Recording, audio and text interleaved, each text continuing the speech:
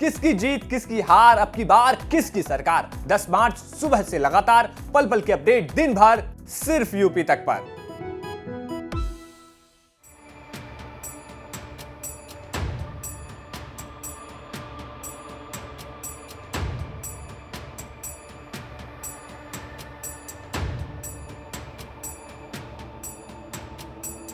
उत्तर प्रदेश के चुनाव परिणाम को लेकर बिहार की राजनीति आजकल थम सी गई है। सबकी नजरें और सबको इंतजार है 10 मार्च का कि आखिर उत्तर प्रदेश के चुनाव परिणाम क्या आते हैं। हालांकि एग्जिट पोल में लगभग सभी ने उत्तर प्रदेश में बीजेपी को सरकार बनाते हुए दिखाया है। बावजूद इसके बिहार की जो राजनीति है वो काफी कुछ उत्तर प्रदेश के चुनाव परिणाम पर निर्भर करती है और बहुत सारी चीजें टाल दी गई हैं 10 तारीख के बाद के लिए कि आखिर चुनाव परिणाम क्या आता है। आखिर उत्तर प्रदेश का चुनाव परिणाम बिहार के लिए इतना महत्वपूर्ण क्यों है। नमस्कार, बिहार तक में आपका स्वागत है। तो उत्तर प्रदेश के चुनाव परिणाम 10 मार्च को आने हैं और क्या चुनाव परिणाम आएगा इस पर काफ़ी कुछ निर्भर करता है। बिहार की राजनीतिक भविष्य बल्कि कह ले।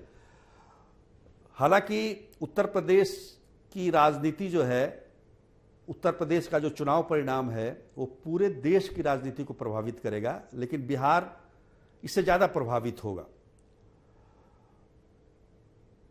और हम देख रहे हैं कि जिस तरीके का जो माहौल बन रहा है, खासतौर पर एग्जिट पोल के बाद का जो माहौल बना है, उससे लग रहा है कि बिहार में भी जो अभी की स्थिति है वो 10 मार्च के बाद उसमें जरूर कुछ नया परिवर्तन देखने को मिलेगा। पर इन सब के बीच बिहार में भी चुनाव हो रहे हैं।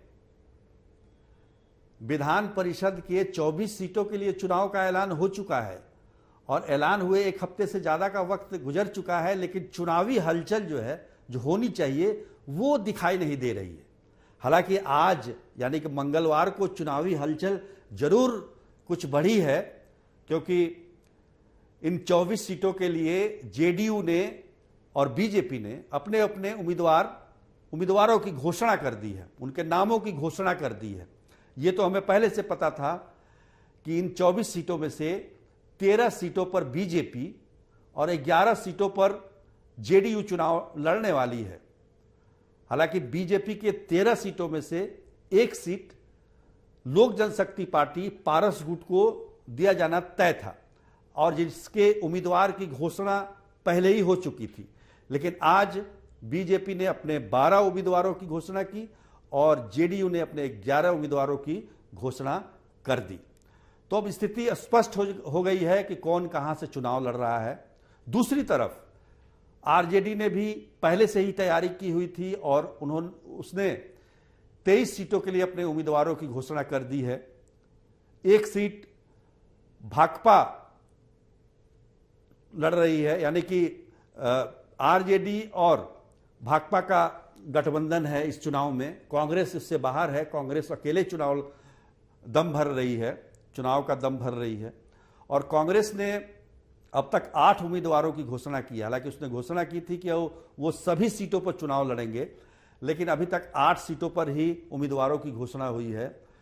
लोक जनशक्ति पार्टी रामविलास पासवान यानी कि चिराग पासवान के नेतृत्व वाली जो लोक जनशक्ति पार्टी है वो 5 सीटों पर चुनाव लड़ रही है और अपने उम्मीदवारों की घोषणा भी कर दी है। तो स्थिति बिल्कुल स्पष्ट हो गई है कि अब मुकाबला किसके किसके बीच में है। हालांकि बात करें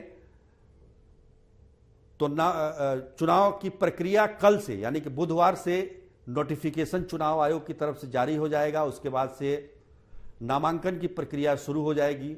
16 मार्च तक नामांकन चलेगा। 23 मार्च तक नाम वापसी की तिथि है। 4 अप्रैल को चुनाव होना है और 7 अप्रैल को मतगणना यानी कि रिजल्ट। तो कुल मिलाकर देखें तो ये विधान परिषद के चुनाव का जो की रूपरेखा है, लेकिन ये स्थानीय प्राधिकार का चुनाव है एमएलसी का, जिसमें स्थानीय निकाय के प्रतिनिधि जो पंचायत से चुने हुए प्रतिनिधि हैं वही इसमें वोट डालते हैं।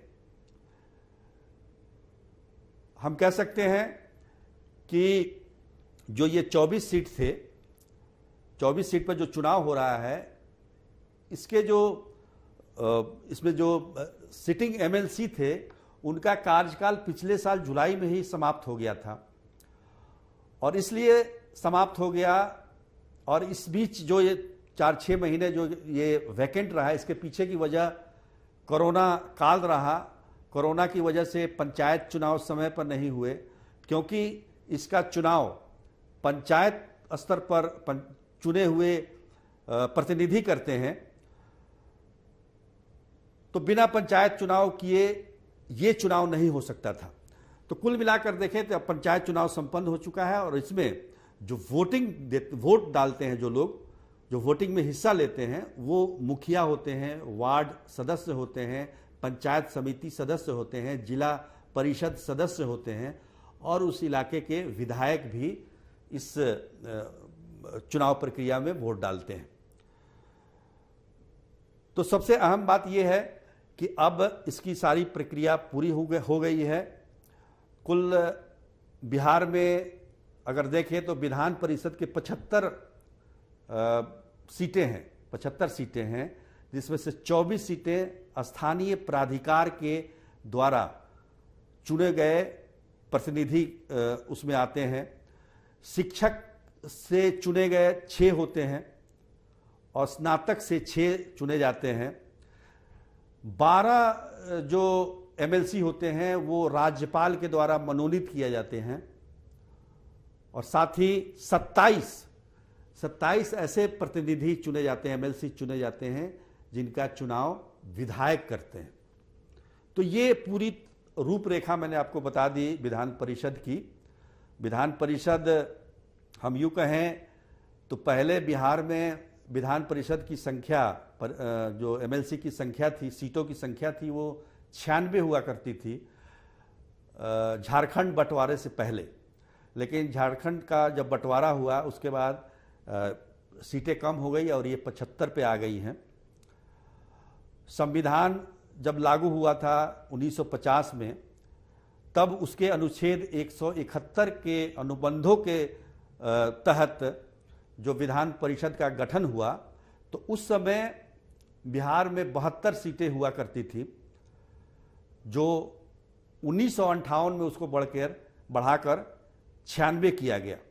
लेकिन अभी भी विधान परिषद की जो संख्या है, सीटों की संख्या है, वो कम है बिहार में, उसको बढ़ाया जा सकता है, क्योंकि संविधान के मुताबिक 1/3 जो संख्या होती है कुल विधानसभा का, वो विधान परिषद की सीटें होती हैं। जैसे कि बिहार में विधानसभा के 243 सीटें हैं, तो उसके 2/3 का मतलब हो गया, 1/3 का मतलब हो गया, माफ कीजिएगा, 81। तो अभी के अनुसार यहाँ पर 81 सीटें होनी चाहिए, लेकिन उससे कम अभी 75 सीटें हैं, यानी कि 6 सीटें बढ़ाने की गुंजाइश अभी भी बिहार के विधान परिषद में है। आज के लिए बस इतना ही, तब तक के लिए धन्यवाद।